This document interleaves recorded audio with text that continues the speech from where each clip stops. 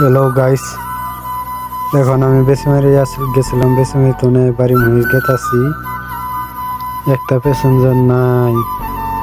এই তো সাথে দুনিয়ার স্পিকার দিছে গেতাছি লালপুর বাজার। আজকে বাজারের দিন, বাজারে গেতাছি, আপনারা দেখতে থাকেন।